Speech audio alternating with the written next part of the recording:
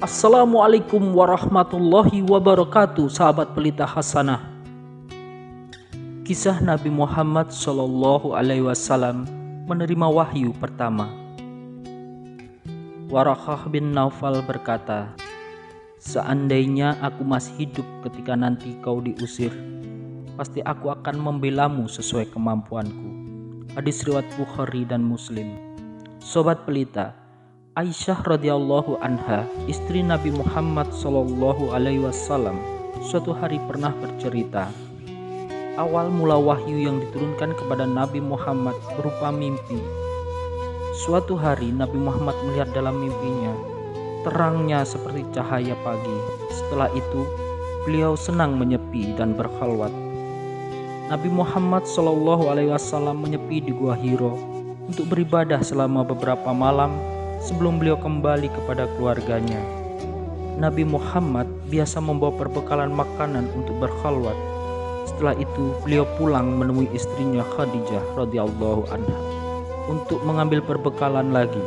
Ketika berada di dalam Gua Hiro, beliau tiba-tiba mendapat wahyu.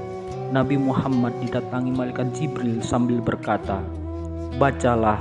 Nabi Muhammad menjawab, "Aku tidak bisa membaca."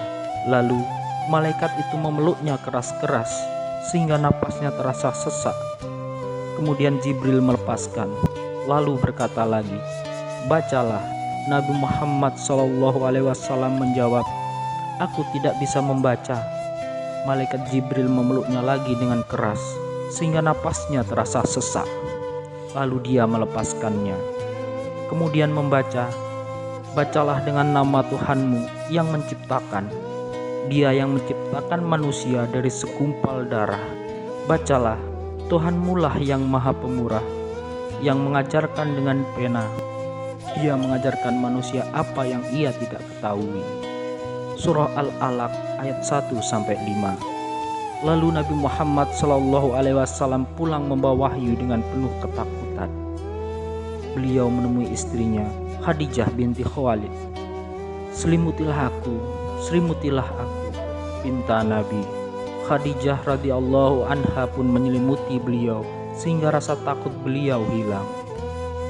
Beliau ceritakan kepada Khadijah peristiwa yang telah beliau alami. "Aku takut akan terjadi sesuatu pada diriku," ucap Nabi Muhammad. "Demi Allah, tidak akan terjadi apa-apa. Allah tidak akan membuatmu hina karena engkau selalu menyambung silaturahim sanak kerabat, menolong fakir miskin, menghormati tamu, dan membantu orang-orang yang tertimpa musibah." Khadijah mencoba menenangkan Nabi Muhammad. Khadijah pun mengajak Nabi Muhammad menemui Waraqah bin Naufal, anak paman Khadijah.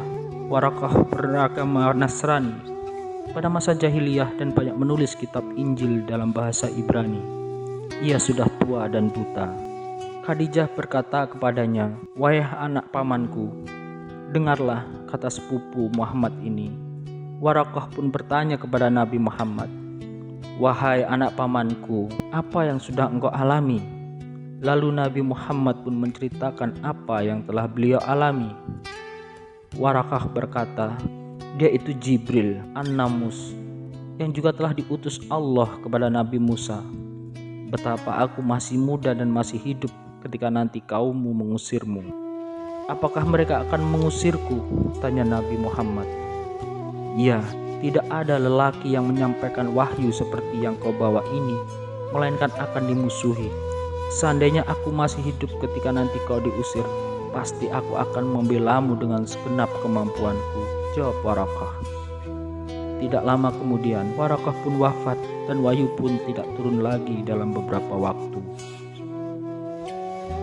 Dari riwayat ini bisa kita ambil kesimpulan bahwasanya Nabi Muhammad pertama menerima wahyu, beliau ditemani oleh orang-orang hebat seperti Khadijah dan Waraqah bin Naufal yang membesarkan hatinya dan meyakinkan bahwa ia akan menjadi seorang utusan Allah.